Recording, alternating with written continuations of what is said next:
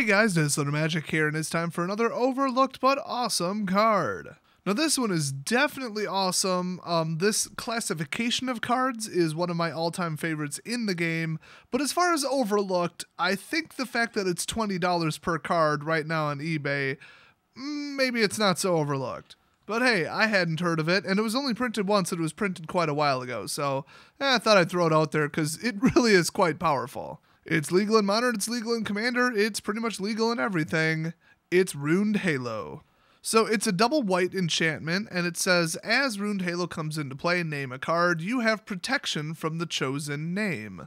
I swear that is phrased incorrectly. It should say, you have protection from cards with the chosen name. So because that's a little bit confusing, they put reminder text that says, you can't be targeted, dealt damage, or enchanted by anything with that name. Now remember, this is just you, so I'm going to throw some scenarios out, but I gotta say, this was only printed one time as a rare, and that's it. It has never been in a reprint set, and it was way back in Shadowmoor. So that does explain the cost, and obviously this is hyper powerful.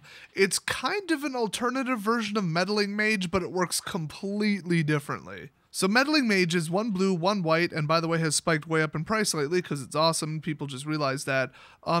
It's a creature, and when it comes into play, you name a card. That card cannot be cast. Well, then there's the Gideon card from, I want to say, Hour of Devastation, where it name jams a card, and it applies to ones that are already on the field as well, but I believe that one costs 4.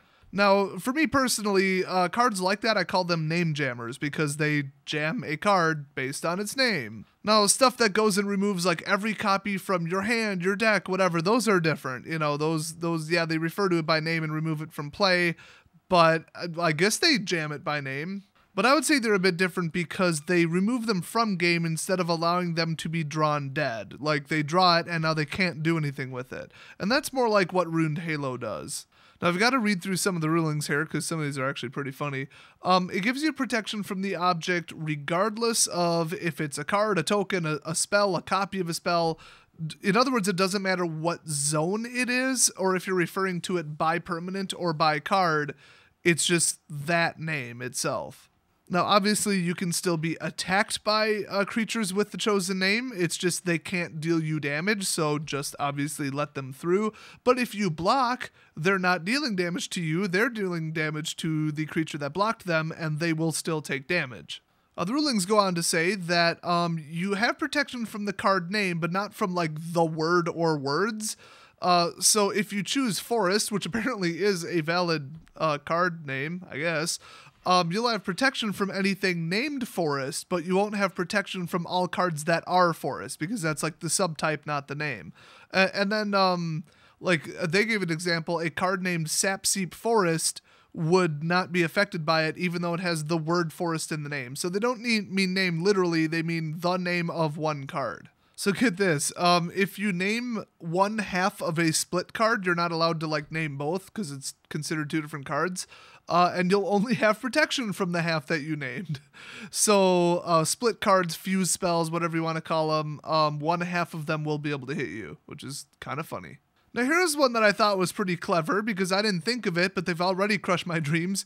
You cannot choose nothing as a name, like not the word nothing, but actually nothing, because remember, face down cards like Morphs have no name, but you can't choose that. That kind of sucks actually, but I mean, it makes sense. It would hit multiple cards, and that's not the intention. Now here's one that brings up more questions than it actually answers. You may choose the name of a card, not the name of a token. For example, you can't choose Saproling, but if a token happens to have the same name as a card, such as Shapeshifter or Gold Meadow Harrier, you can choose it. Okay, so you can choose it, but would you get protection from both the token and the actual card? What about Embalm? I mean, the Embalm card has the same name, but it's technically a different permanent and sort of a different card. Not really, it's more like an alternate casting cost. I don't know, I would assume you could still gain protection from it. And of course, for flip cards, you can only choose one side, and it's only relevant when that side is up. So you're just going to have to pick one, because, well, the card does quite literally change card names. So they can still hit your blockers if you were to block them when they attack. They can still attack you. They can still cast the card. Any abilities on the card cannot target you, and if it refers to all players, then it is not allowed to deal damage to you. But as far as I know, it would be able to make you lose life if it's untargeted. So something like the extort mechanic. The exact wording is, whenever you cast a spell, you may pay 1 white or black. If you do, each opponent loses 1 life and you gain that much life. Well, it's untargeted because it's each opponent, and you're not damaging them, you're making them lose life. And there is a very distinct difference to that. So as far as I know, this wouldn't stop something like that, but I'm only about 90% sure. And also, if the card said, like, all players cannot do this, then it would still affect you because it's not specifically targeting you. It's not like a multi-targeted spell. In fact, it's not even a targeted spell. So I'm glad they kind of dropped protection as a mechanic. They said they're going to go from evergreen to very rare, and we basically haven't seen it since. It is so deeply confusing, and a lot of people don't really fully understand how it works. Now, if it were to come straight down to this or Meddling Mage, this is an enchantment, so it's harder to remove and it's mono-colored, but Meddling Mage is way, way, way more effective by not even letting the permanent come into play in the first place. In fact, it literally says the named card cannot be played. That means, you know, cast for free or really anything. I mean, you can place it onto the battlefield with an effect, but that's about it. But then again, with Ruined Halo, it's like, why would they want it on the battlefield if it can't do anything? But then sometimes it can do something due to like a loophole in how protection works. So which one is better?